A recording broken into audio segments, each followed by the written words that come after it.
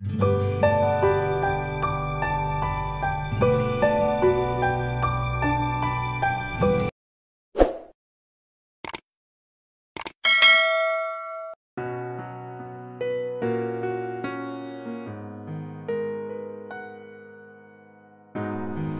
बच्चों, आज मैं आप लोगों को जल विहार कराने जा रहा हूँ, अर्थात जल क्षेत्रों का भ्रमण कराने के लिए ले जा रहा हूँ। तो चलिए हम लोग चलते हैं जलीय क्षेत्र को देखने के लिए। तो सर्वप्रथम पृथ्वी जो है उसको दो भागों में बांटा गया है, तो हम लोग जान ही रहे हैं। एक स्थल मंडल, दूसरा जल मंडल। तो आज हम लोग रूबरू होंगे जल मंडल से, जलीय क्षेत्र से। और पहले से यह चित्र बना के रख लिए हैं कि वीडियो यह ज्यादा लंबा न हो। तो यह इस पृथ्वी पर 71% जल है, ये तो हम लोग जान रहे हैं, और मात्र 29% स्थलीय भाग है। और यह जलीय भाग जो है, जलमंडल जो है, खासकर सागर और महासागर के रूप में पृथ्वी पर फैला हुआ है। और उस 71% में से 97% जल जो है हमारा, यह सागर और महासागर के रूप में। मात्र 3% जल नदी, पोखर, तालाब, झील आदि आदि के रूप में पाया जाता है। और यह 97% जल खारा होता है, अर्थात नमकीन। यह पीने योग्य नहीं होता है, परंतु हमारे लिए यह बहुत ही महत्वपूर्ण है। यह मानव जीवन के लिए बहुत ही महत्वपूर्ण है। अगर जलीय भाग नहीं रहे तो वर्षा नहीं होगी, वर्षा नहीं होगी तो फिर इस ग्रह पर जीव जंतु जो हैं उनकी कल्पना हम नहीं कर सकते, क्योंकि कहा गया है जल ही जीवन है। अगर जल नहीं तो जीवन की वहां कल्पना नहीं कर सकते। चाहे जीव जंतु हो, पेड़ पौधे हो, उसके लिए जल तो परमावश्यक। जल के बिना वे जिंदा नहीं रह सकते। जल है इसलिए वर्षा होती है, और वर्षा होती है इसलिए हम लोगों को ये स्थलीय भाग में पीने के लिए पानी उपलब्ध होता है।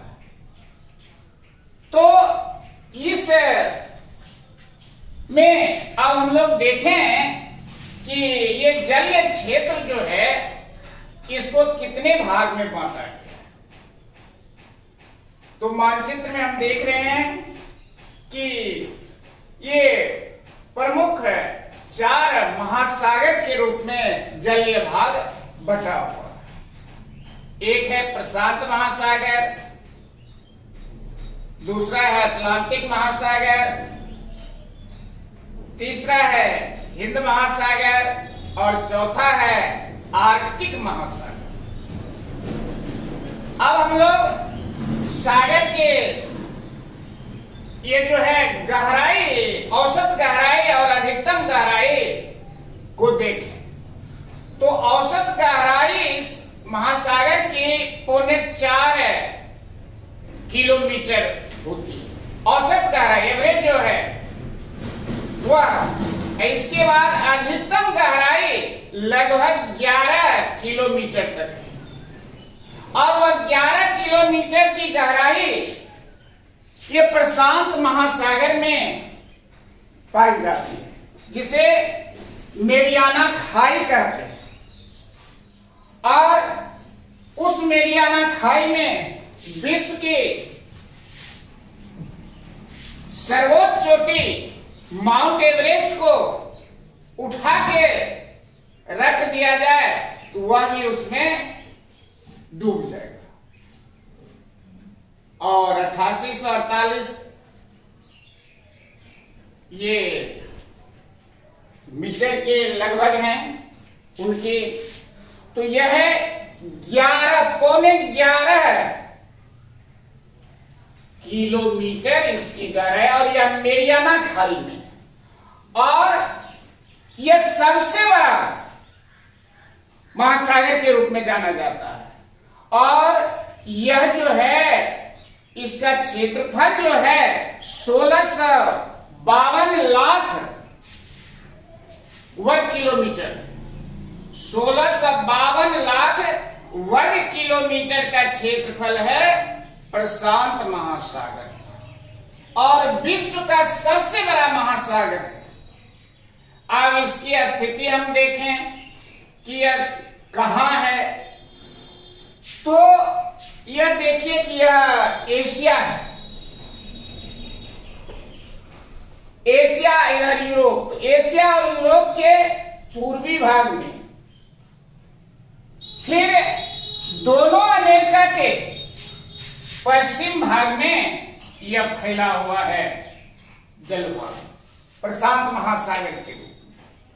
यह उत्तरी अमेरिका है, यह दक्षिण अमेरिका। उधर हो गया एशिया और यूरोप।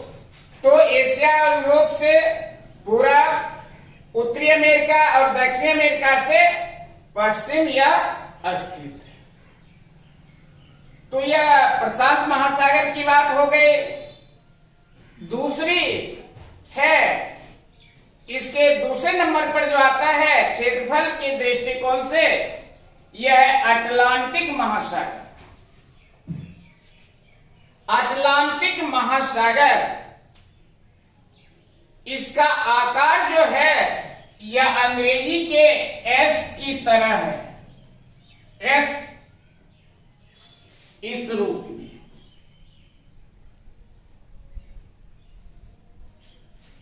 यह अटलांटिक महासागर है। इसकी स्थिति हम देखें तो देखने से पता चलता है कि यह दोनों जो अमेरिका अर्थात उत्तरी अमेरिका और दक्षिण अमेरिका, उससे पूरब अफ्रीका और यूरोप से पश्चिम स्थित अटलांटिक महासागर। और इसका क्षेत्रफल 834 लाख वर्ग किलोमीटर, 834 लाख वर्ग किलोमीटर क्षेत्रफल अटलांटिक महासागर का है। इसके बाद तीसरा जो महासागर है, तीसरे नंबर पर जो आता है वह है हिंद महासागर।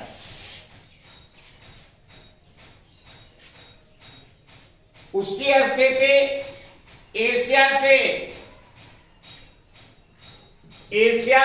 से दक्षिण, ये अफ्रीका से पूरब और ऑस्ट्रेलिया से पश्चिम। और इसका क्षेत्रफल 724 लाख वर्ग किलोमीटर, 724 लाख वर्ग किलोमीटर हिंद महासागर का क्षेत्रफल। चौथा और अंतिम आता है जो उत्तरी ध्रुवीय क्षेत्रों में है, वह है आर्कटिक महासागर। वो सबसे छोटा है। इसका क्षेत्रफल भी बहुत कम है, मात्र 140 लाख वर्ग किलोमीटर। तो यह स्थिति हो गई विभिन्न महासागरों की। अब इससे हटके थोड़ा हम लोग चले तो सबसे अधिक व्यापार जो होता है अटलांटिक महासागर से। सबसे व्यस्तम मार्ग जो है इसी में, और महासागर जलीय भाग जो है उसका उपयोग हम लोग यातायात के रूप में करते हैं, मछली पालन में करते हैं, खनिज निष्कासन में करते हैं। यह तो हो गया प्रत्यक्ष। इसके बाद अप्रत्यक्ष रूप से यह हमें वर्षा जल देते हैं, जिससे हमारा घरेलू उपयोग की सभी आवश्यकताओं की पूर्ति इससे होती है। हम सुबह से शाम तक पानी का उपयोग करते हैं और बताया गया है कि प्रत्येक दिन प्रति व्यक्ति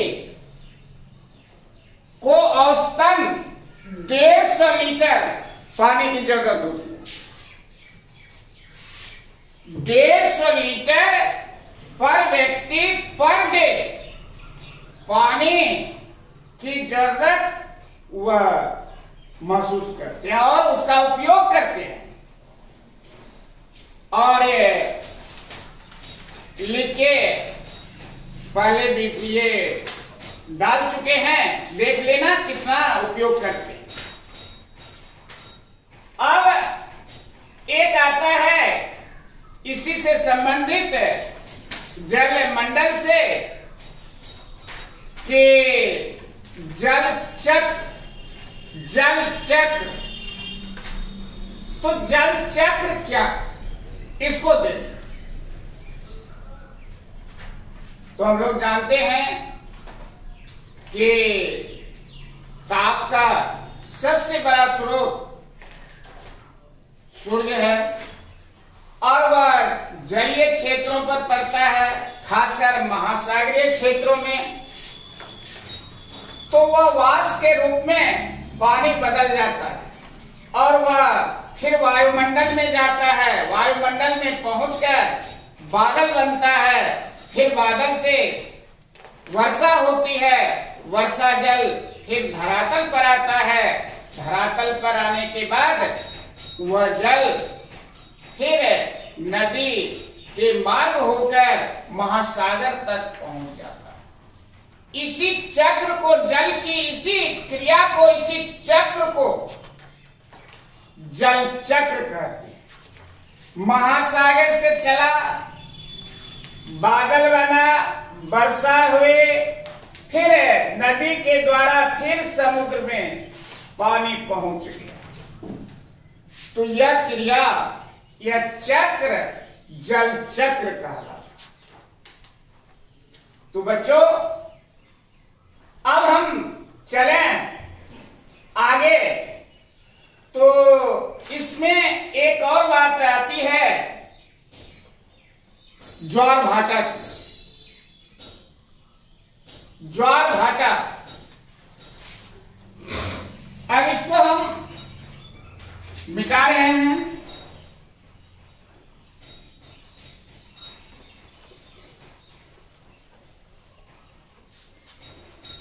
एक निश्चित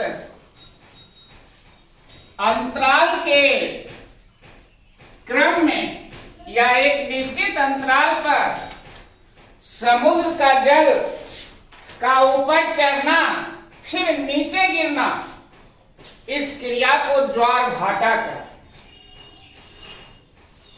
समुद्र का पानी है इस लेवल तक, फिर यह बढ़ के ऊपर चला गया, इसको कहते हैं ज्वार। समुद्र का पानी जब ऊपर चढ़ता है तो इसको ज्वार बोलते हैं। अब फिर यह तो एक समय में नीचे भी जाएगा, तो इसको कहते हैं भाटा। और सम्मिलित रूप से इसको ज्वार भाटा नाम दिया गया है।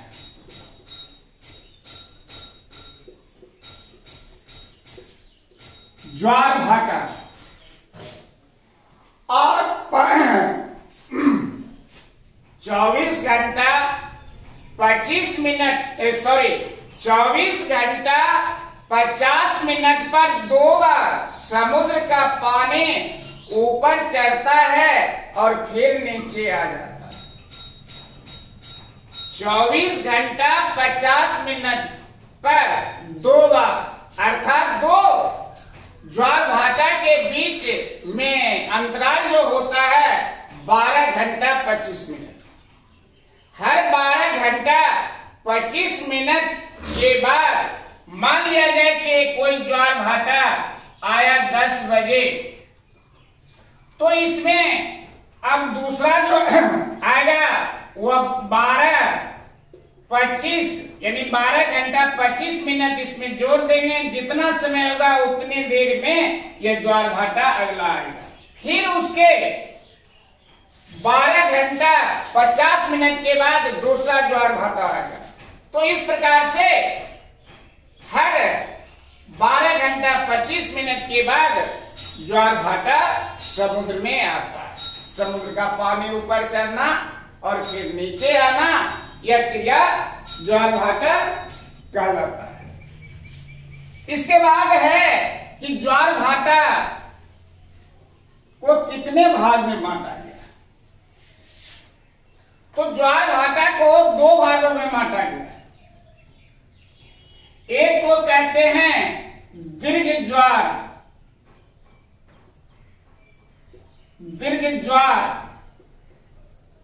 और दूसरे को लघु ज्वार या लघु ज्वार भाटा।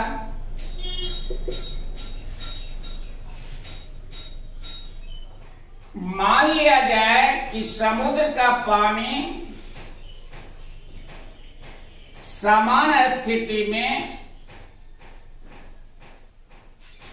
या 2 मीटर ऊपर से 2 मीटर ऊपर, फिर विशेष परिस्थिति में यह 15 मीटर, किसी समय में यह 10 मीटर ऊपर पानी पहुंचा। तो ज्वार भाटा जो होता है 10 से 20 मीटर तक ऊंचा होता है। 10 से 20 मीटर ऊंचाई तक समुद्र का पानी ज्वार भाटा में चढ़ता है।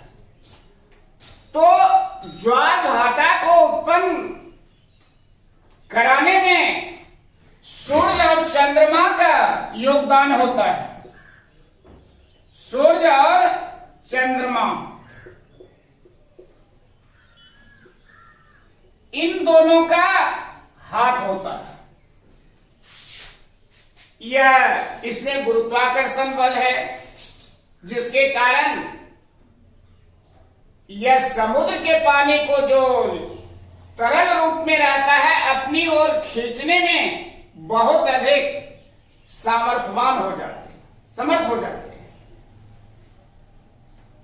तो दीर्घ ज्वार जो आता है वह सबसे अधिक मान लिया जाए कि 20 तक पहुंच गया, 20 मीटर की ऊंचाई तक। इससे अब कहीं आगे जाने वाला नहीं है, तो यह हो गया दीर्घ।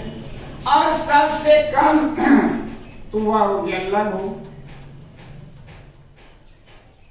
यह मान लिया जाए कि इससे और 1 मीटर। तो अब दीर्घ ज्वार और लघु ज्वार कब आता है इसको देखें, तब फिर दीर्घ ज्वार कैसे होता है इसको देखेंगे। तो दीर्घ ज्वार जो होता है हर माह के अमावस्या और पूर्णिमा को होता है दीर्घ ज्वार। और लघु ज्वार हर पक्ष के अष्टमी तिथि को, हिंदी में यह तिथि जो है, अंग्रेजी में तारीख जो लेते हैं इंग्लिश में 1, 2, 3 करके, वहां तक 30 या 31 तक, कभी 28 या 29 तक। लेकिन इसमें हिंदी में माह को 2 पक्ष में बांटा गया है। एक कहलाता है कृष्ण पक्ष, दूसरा कहलाता है शुक्ल पक्ष। और कृष्ण पक्ष जो है किसी हिंदी माह का पहला 15वां तक का जो अवधि है वह कहलाता है 1 से लेकर 15 तक। यह हो गया पहला पक्ष। फिर 16 से लेकर अंतिम तक, 30 का हो या 31 का हो, तो वह हो गया द्वितीय पक्ष। पहला पक्ष कृष्ण पक्ष होता है और अंतिम दूसरे भाग का शुक्ल पक्ष।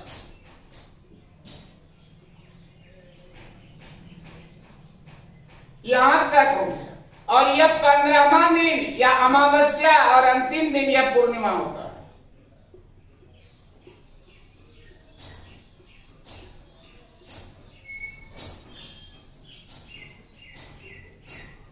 तो एक से लेकर तो प्रथमा भी कहते हैं, तो प्रथमा पूर्णिमा के बाद पहली तिथि जो आई हिंदी में प्रथमा, द्वितीया, तृतीया, चतुर्थी, पंचमी, षष्ठी, सप्तमी, अष्टमी, उसी अष्टमी को तो अष्टमी जो है इस पक्ष में भी होंगे और अष्टमी इस पक्ष में भी होंगे। तो प्रत्येक माह 2 दीर्घ ज्वार और 2 लघु ज्वार आते हैं। अमावस्या और पूर्णिमा को दीर्घ ज्वार और प्रत्येक पक्ष में यानी अष्टमी तिथि को जिस दिन अष्टमी तिथि पड़ेगी उस तिथि को लघु ज्वार, और इसको उत्पन्न करने में सूर्य और चंद्रमा का योगदान होता है। इस पर अब हम लोग चले।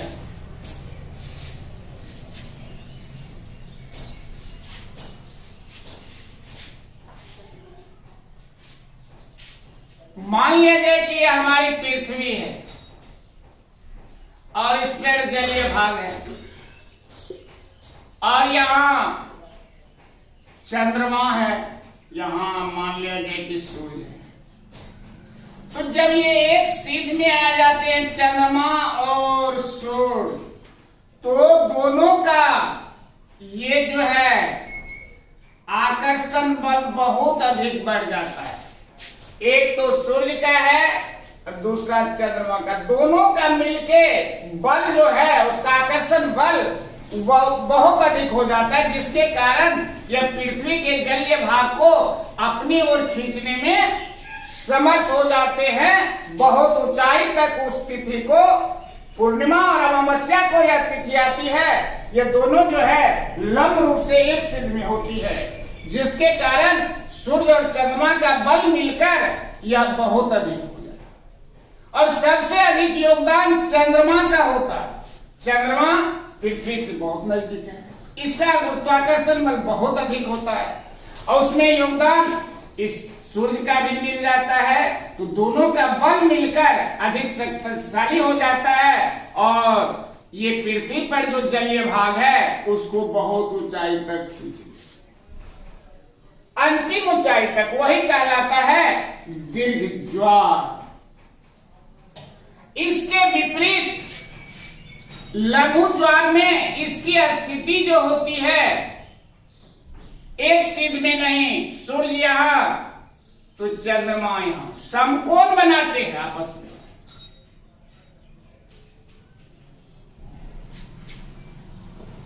एक इधर खींच रहा है, एक इधर खींच रहा है, तो दोनों दो तरफ से खींच रहे हैं। परिणाम होता है कि यह जो पृथ्वी पर जल है वह बहुत कम ऊंचाई तक उठ पाता है। ज्वार उस तिथि को बहुत कम ऊंचाई तक पहुंचता है, वह होता है लघु ज्वार का स्थिति।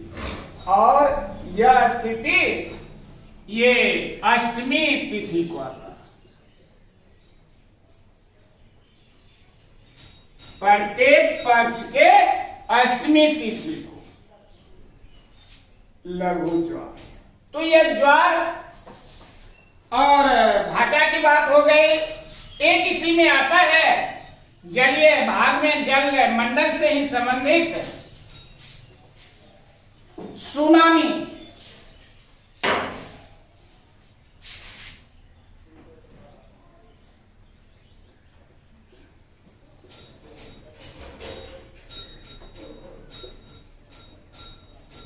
सुनामी ये से ये समुद्री दैत्य भी कहीं कहीं कहा जाता है। बहुत भयानक स्थिति है। तो यह होता है किस, तो जब सागर के तलीय भाग में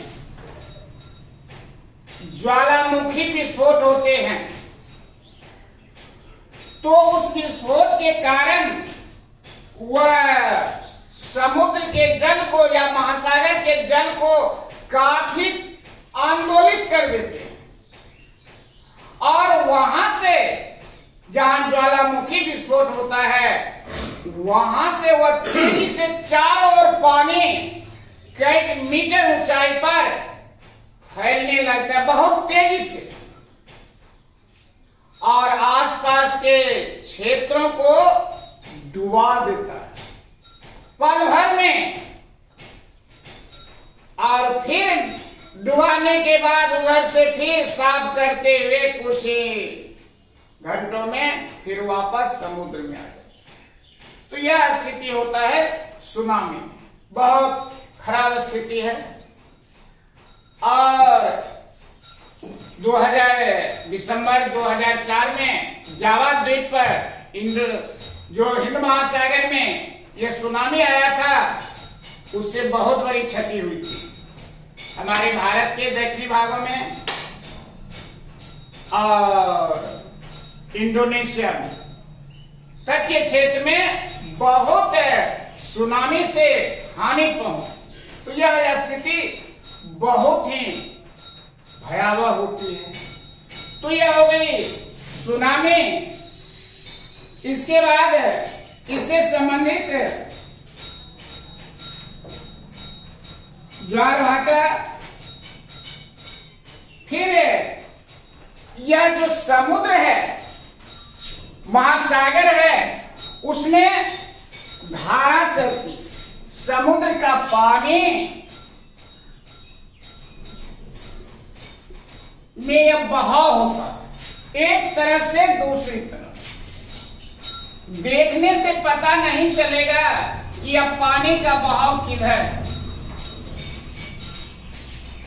इस बहाव को उत्पन्न करने में कई तत्व, कई कारक जिम्मेवार होते हैं, जिसमें एक है तापमान, दूसरा है लवणता, तीसरी है पवन,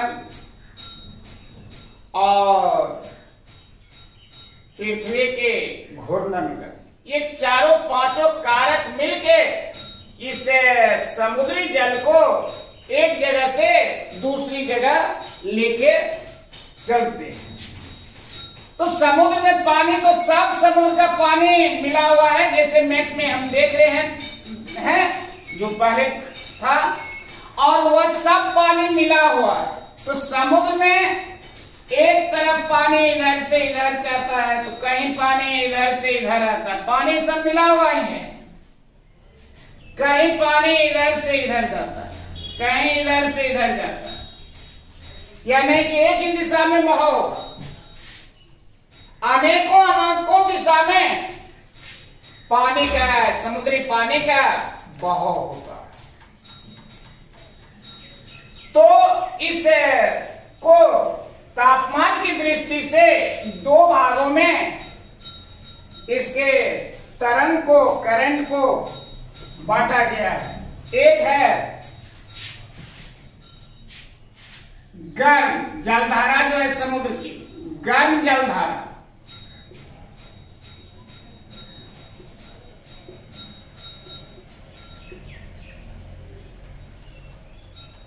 दूसरा है ठंड जलधारा।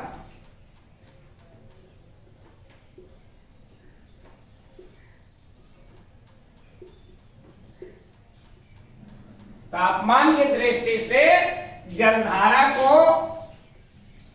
दो भागों में बांटा गया है, एक गर्म जलधारा और दूसरा ठंड जलधारा। तो गर्म जलधारा कहां होंगे, यानी वह धारा, जल की वह धारा जो गर्म हो, तो वह निम्न अक्षांश ये क्षेत्रों में होता है, जैसे विषुवतरेखीय क्षेत्रों में, या यहां जो जलधारा चलेंगे यह गर्म होगा,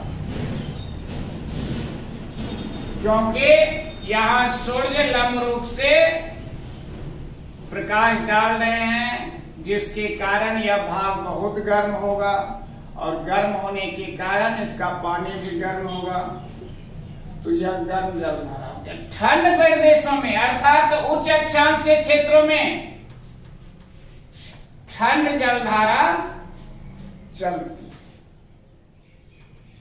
दोनों का जहां मिलन होता है, एक इधर से गर्म पानी जा रहा है, उधर से ठंड जलधारा, तो जहां इसका मिलान होगा वहां मछलियों को खाने के लिए एक विशेष प्रकार की घास उगा करती है, प्लैंक्टस, जिसको मछली बड़े चाव से खाती है। यहाँ घना कोहरा छा जाता है और यहाँ मछली को खाने के लिए भोजन प्राप्त होता है, और इस क्षेत्र में काफी अधिक मछली पाई जाती है, और शिकारी लोग, मछली पकड़ने वाले लोग उस क्षेत्र में जाके जाल लगा के बहुत सी मछली को पकड़ते हैं। तो बच्चों, यह जलमंडल की बात हो गई। फिर आगे इससे संबंधित जो बात होगी उसको हम कर लेंगे। तो बस आज इसी के साथ समाप्त कर रहा हूं। धन्यवाद।